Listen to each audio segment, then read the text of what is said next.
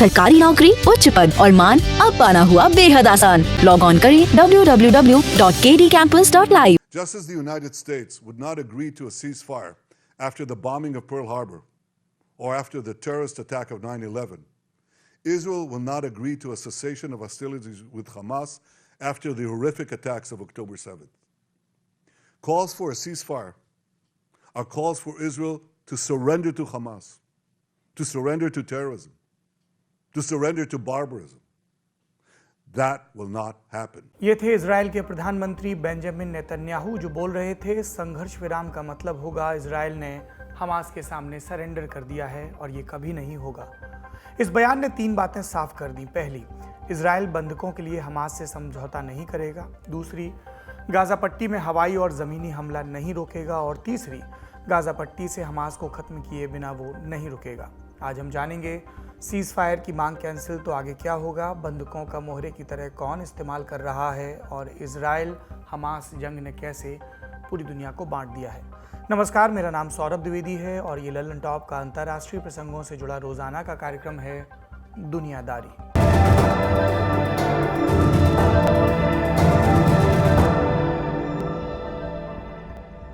सबसे पहले Israel Hamas जंग का रिकैप कर लेते हैं ब्रीफ में।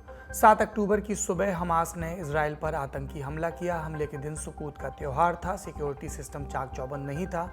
हमास ने फ़ायदा उठाया, अंदर घुसकर नरसंहार किया जिसमें महिलाएं, बच्चे और बुजुर्ग भी शामिल थे। हमास ने 200 से ज़्यादा लोगों को किडनैप भी कर लिया, अपने साथ गाजा पट्टी ले गए। इजराइल डिफेंस फोर्सेस यानी IDF के मुताबिक अभी तक 243 बंधकों की पहचान हो चुकी है जिसमें कई विदेशी नागरिक भी थे। इजराइल को इस स्तर के हमले की कोई उम्मीद नहीं थी। मीडिया रिपोर्ट्स के मुताबिक खुफिया एजेंसियों ने सरकार को भरोसा दिलाया था कि हमास सुधर चुका है, वो संबंध बेहतर बनाने की कोशिश कर रहा है। 7 अक्टूबर के हमले ने सारी उम्मीदों को धराशायी कर दिया। कुछ ही घंटे के अंदर इजराइल युद्ध की स्थिति में आ चुका था। उसने गाजा पट्टी पर हवाई हमला शुरू कर दिया, 3 लाख सैनिकों को गाजा बॉर्डर पर तैनात किया और बोला हम किसी भी समय अंदर घुस सकते हैं। तब से अब तक क्या हो चुका है? इजराइल का दावा, उसके 1400 से ज़्यादा लोग मारे जा चुके हैं।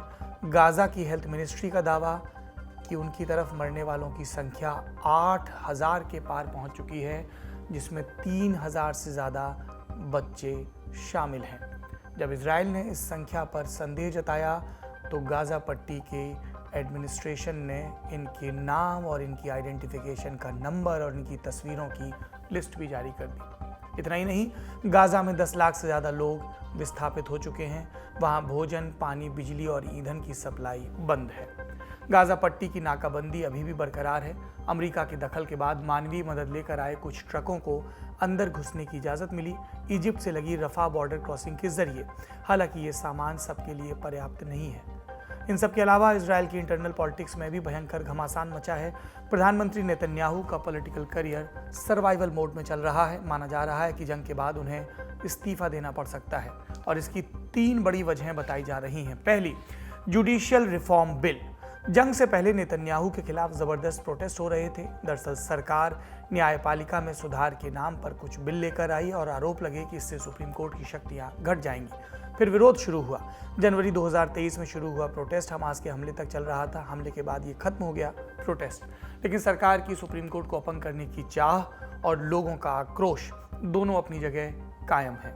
दूसरी वजह, इंटेलिजेंस फेल्योर। 7 अक्टूबर के हमले को इजराइल का 9/11 कहा जा रहा है। इस हमले का सबसे बड़ा कारण खुफिया एजेंसियों और सेना की नाकामी थी। दोनों सीधे प्रधानमंत्री और उनकी कैबिनेट को रिपोर्ट करते हैं। इसीलिए हमास के हमले के बाद नेतन्याहू पर नए सिरे से सवाल उठे, क्रेडिबिलिटी का संकट आया और इसी हताशा में उन्होंने सारा ठीकरा मिलिट्री के अफसरों पर फोड़ दिया। इस पर भी काफ़ी आलोचना हुई और कहा गया नेतन्याहू देश को एकजुट करने की बजाय अपना फ़ायदा देख रहे हैं। बाद में इजराइल के प्रधानमंत्री ने माफ़ी मांगी, हालांकि उनके खिलाफ नाराज़गी खत्म नहीं हुई। जंग के बाद जब स्क्रूटनी होगी उन्हें इसका भी जवाब देना होगा। और तीसरी वजह बंधकों से जुड़ी है। IDF के मुताबिक हमास ने 243 लोगों को किडनैप किया, 238 अभी भी कैद में हैं और उनका इस्तेमाल मोहरे की तरह किया जा रहा है। हमास कहता है जब तक इजराइल हमला नहीं रोकता बंधकों को नहीं छोड़ा जाएगा। कतर और इजिप्ट के कहने पर उसने 4 लोगों को रिहा किया, लेकिन बाकियों को छोड़ने के लिए तैयार नहीं है। वो बंधकों के बदले इजराइल की जेल में बंद सभी फिलिस्तीनी कैदियों की रिहाई चाहता है और इसके लिए वो तरह तरह के तिकड़म अपना रहा है। 24 अक्टूबर को 2 बुजुर्ग महिलाओं को रिहा किया गया था और उन्होंने बाहर आकर कहा हमें अच्छी तरह रखा गया, समय पर दवाइयाँ दी गईं। ये सुनकर एक धड़ा लहालोट हुआ और हमास की तारीफ करने लगा और इस चक्कर में वे बैक स्टोरी पर ध्यान देना भूल गए।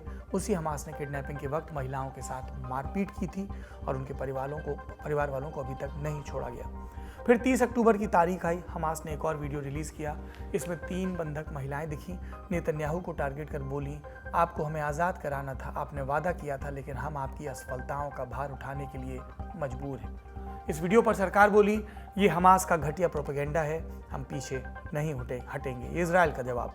पर नेतन्याहू भले ही प्रोपेगेंडा कहें, पर उनके ऊपर दबाव बढ़ रहा है। हमास को बंधकों में अपने बचाव का रास्ता दिख रहा है और वो आखिरी समय तक पीछे नहीं हटना चाहता और हताशा में कुछ भी कर सकता है। उसका भार भी नेतन्याहू को उठाना पड़ सकता है। लेकिन इजराइल समझौते के लिए तैयार क्यों नहीं है? 2 वजह हैं। पहली, पुराना अनुभव।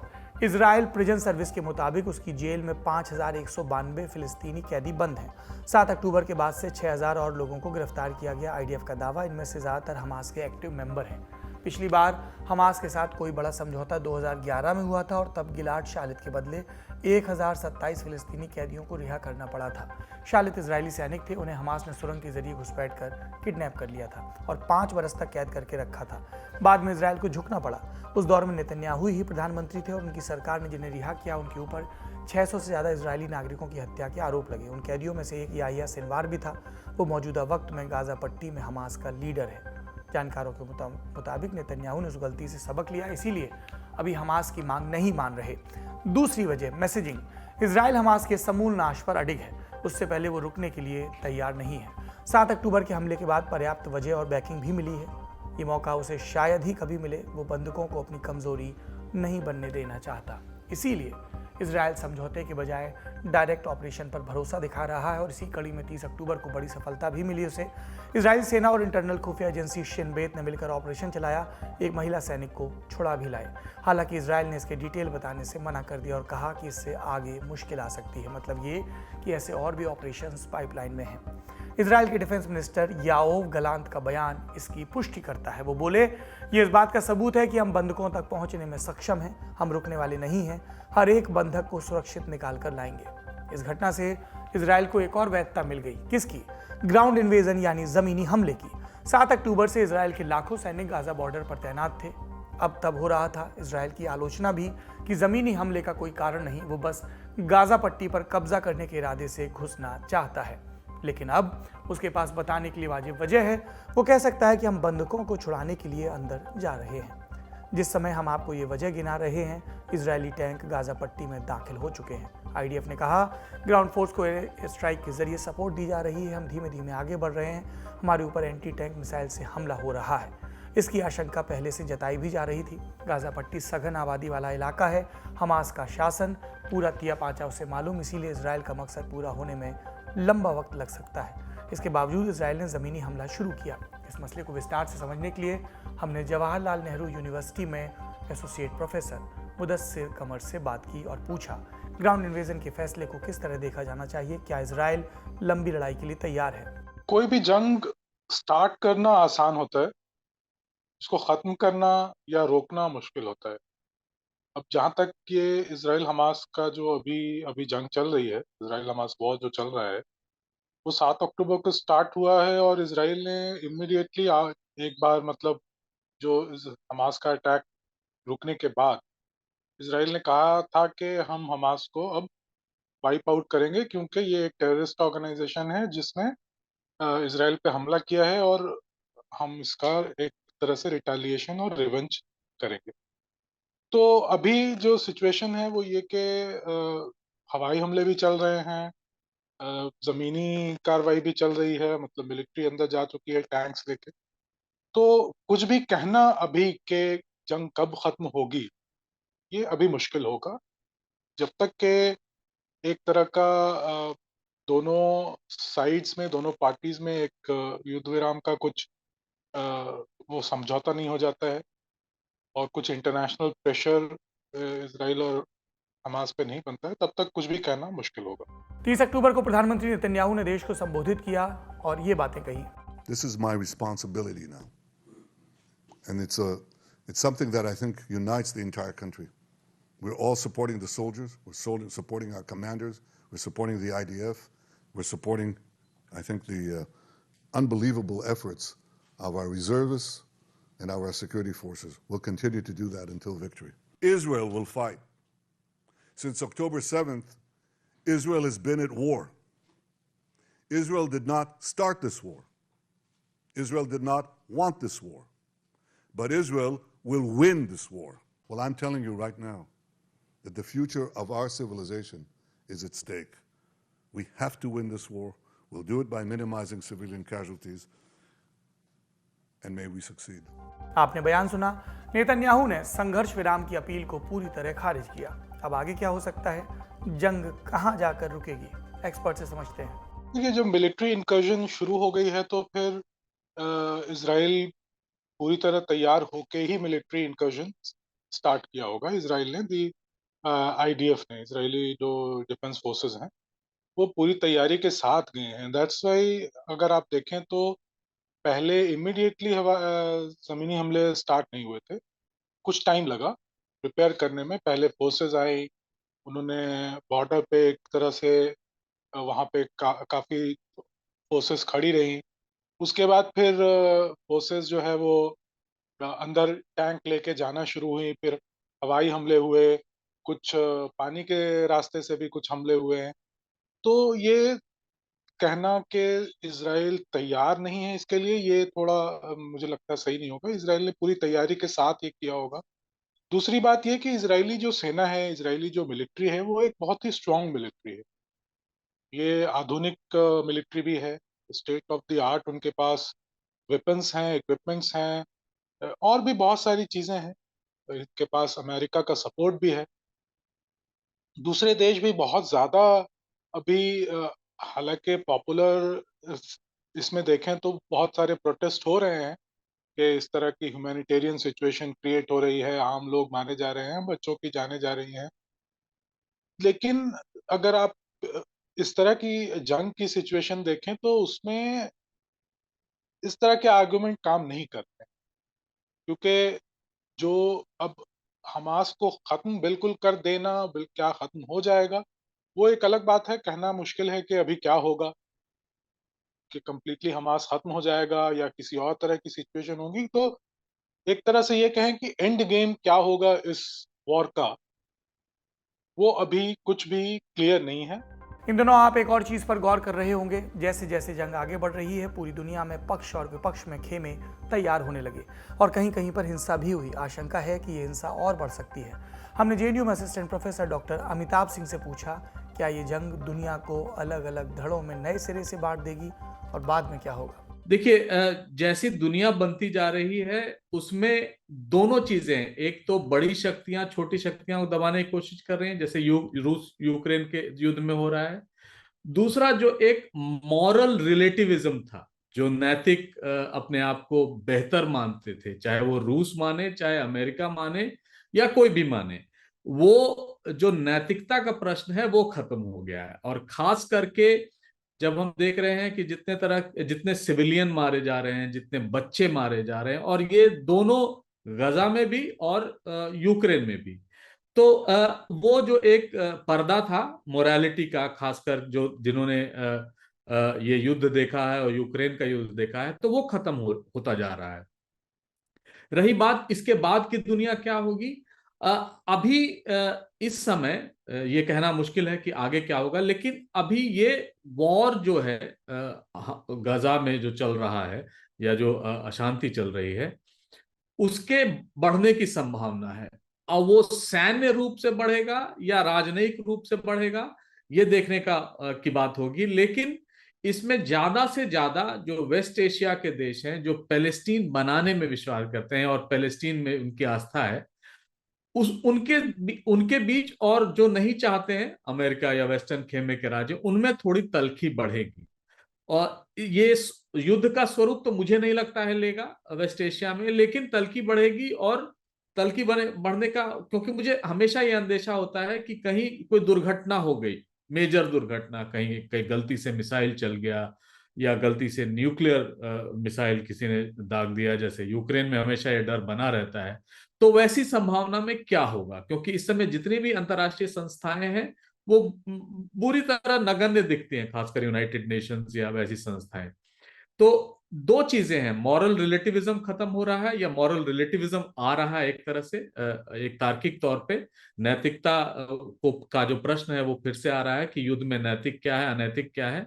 और दूसरा है कि जिस तरह से राजनीति बनती जा रही है, कभी हम एक खेमे को देखते हैं, जैसे हम देख रहे थे कि पूरा वेस्ट एशिया यूक्रेन के साथ खड़ा दिखता था, या ईरान को अगर छोड़ दिया जाए तो, या इस समय पूरा वेस्ट एशिया इस समय गाजा के साथ या फिलिस्तीनियों के साथ सिंपैथी रख रहा है। तो वैसे में इस वॉर के व्यापक होने की भी संभावना है, और आगे आने वाले दिनों में जो यूक्रेन की अनसुलझी समस्या है वो सबसे बड़ा सरदर्द का कारण बनेगी, और उसमें नए गुट भी बनेंगे और जो नए समीकरण है राष्ट्रों का वो भी बनेगा। तो आने वाली दुनिया कोई शांत नहीं रहेगी। यही है कि उसको जितने समझदार नेतागण हैं या जितने भी समझदार राष्ट्र हैं वो कैसे रिएक्ट करते हैं, वो बहुत महत्वपूर्ण होगा देखने के लिए।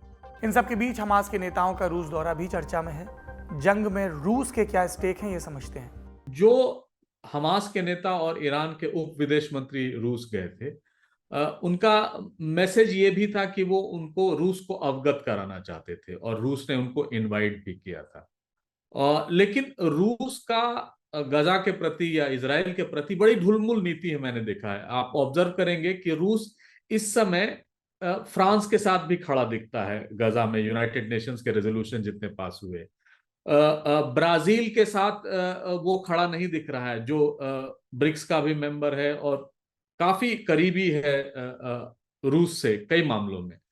तो इस समय मतैक्य उस बात पर नहीं हुआ, लेकिन रूस अपने आप को एक इंपॉर्टेंट प्लेयर मानता है, और वो है भी। जैसे सीरिया में रूसी सेना उपस्थित है, या ईरान के साथ उनके बहुत अच्छे संबंध हैं, खासकर यूक्रेन युद्ध में और भी अच्छे हुए हैं। और इन सब के बीच एक चीन बहुत बड़ा फैक्टर है, जो वेस्ट एशिया में कई जगह पर राजनयिक दोस्ती करा रहा था, जैसे सऊदी अरेबिया और ईरान की। तो उसमें रूस का अपना महत्व जो वो समझते हैं वो बढ़ता जा रहा है। लेकिन वही बात है कि रूस कितना कारगर होगा इस युद्ध को रोकने में, या यूं कहें कि जो बंधक बनाए गए हैं उनको छुड़ाने में कितना इफेक्टिव होगा, ये तो देखने वाली बात है। लेकिन रूस एक बहुत इफेक्टिव प्लेयर नहीं होगा, क्योंकि उसकी आस्था बहुत सारे वेस्ट एशियन स्टेट्स अभी भी रूस को एक मार्जिनल पावर ही मानते हैं वेस्ट एशिया में। एक पावर तो मानते हैं, लेकिन अगर वॉर बढ़ा तो सीरिया क्या क्या रुख होगा। हालांकि रूस ने बड़े स्पष्ट शब्दों में कहा है कि हम किसी भी तरह से अमेरिका के प्रति कोई विद्वेष नहीं रखते हैं सीरिया में। जैसे हाल में कुछ जो सीरिया में अमेरिकी सैनिक मारे गए थे और उनके कॉन्ट्रैक्टर मारे गए थे, तो रूस ने बड़ा स्पष्ट शब्दों में कह दिया था। तो आने वाले वर्षों में, दिनों में, सप्ताह में ये हम देखेंगे कि रूस अपनी डिप्लोमेटिक प्रेजेंस बनाएगा। उससे फर्क पड़ेगा कि नहीं पड़ेगा, ये आने वाला दिन ही बताएगा। इस पर कुछ भी सोचना या भविष्यवाणी करना उचित नहीं होगा। आपने युद्ध के सारे पहलुओं को जाना, विद्वानों को सुना। अब और एक विद्वान से आपको रूबरू कराते हैं। उनका नाम है फरीद ज़कारिया। फरीद ज़कारिया भारतीय मूल के अमेरिकी पत्रकार, लेखक और राजनीति विज्ञानी हैं। मुंबई में पैदा हुए, बाद में अमेरिका में बस गए। CNN, time, Newsweek, foreign affairs, the Washington post समेत कई प्रतिष्ठित मीडिया संस्थानों से जुड़े रहे हैं। विदेशी मामलों पर उनकी राय गौर से सुनी जाती है और कई दफ़ा मानी भी जाती है। इंडिया टुडे के न्यूज़ डायरेक्टर राहुल कंवल ने उनसे बात की, उसका कुछ हिस्सा हम आपको यहाँ पर सुनवा रहे हैं। ज़कारिया से पूछा गया, युद्ध के बाद गाजा का क्या होगा और इजराइल का इरादा क्या है।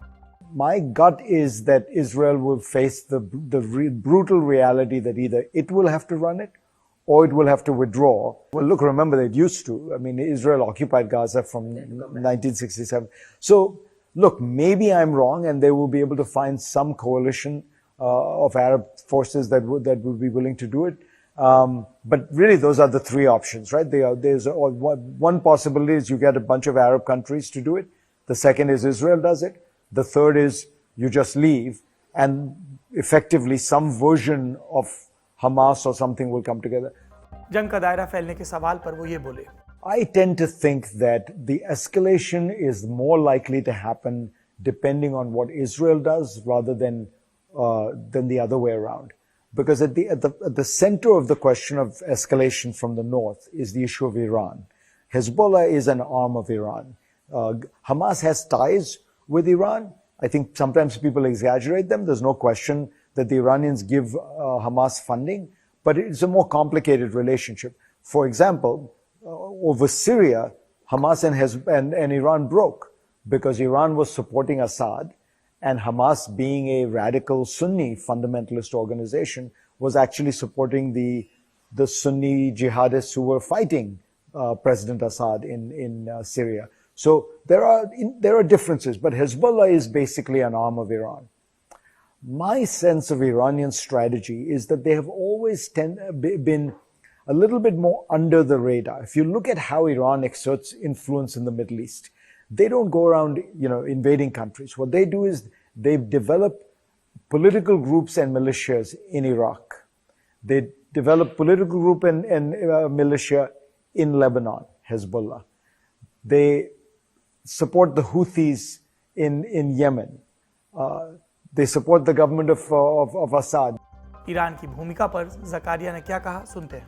Iran's relationship with Hamas is more complicated than with the Hezbollah. They have definitely funded it. They have helped coordinate some level of activity between Hezbollah and Hamas. But the people I've talked to in the intelligence community in the US do not believe that Iran directs Hamas. Iran has that kind of direct level of control. And I don't, the two don't have identical objectives. So it's difficult to tell. They certainly benefit. Iran benefits from Hamas, destabilizing the things, particularly, the one reason I do think that Iran is happy about this, even if it didn't plan it, and I don't have direct knowledge one way or the other, is that the principal geopolitical effect of this Hamas attack and the Israeli counterattack has been to delay and perhaps delay for a while the Saudi-Israeli rapprochement. क्या जंग के बाद Netanyahu का बचना राजनीतिक तौर पर मुश्किल है? क्या आगे विकल्प है? ये भी जानिए. He's very, very canny. He's also pretty opportunistic, by which I mean he will ally with whoever it takes to stay in power. So I would never rule him out, but I think it's looking tough. It's looking hard because he has been discredited. A lot of people on the right and the left feel like he was pursuing the wrong strategy. And, this is one of the things that when a politician does something that undermines his own image of himself, that's the worst. Because Bibi always said he was Mr. Security, Mr. National Security, the tough guy. Well, the tough guy is the guy who seemed to be asleep at the switch when you had this massive attack. So it's going to be tough for him, but don't make a mistake of thinking that means you'll get a more left-wing government in Israel. अमेरिकी universities में चल रहे protest को कैसे देखते हैं फरीद ज़कारिया? ये टिप्पणी गौरतलब है. The University of Chicago, to give them credit, is the one place that has gotten it right. The university said, we are taking no position on this issue, as we have never taken a position on anything. We did not take a position after 9/11. We did not take a position after Black Lives Matter. Our position is, we believe in freedom of expression, inquiry, academic research, and in order to allow that to be fostered, we as an institution have to take no position so that all our students and our faculty can feel they can take whatever positions they want. आज की दुनियादारी में इतना ही. शुभ रात्रि.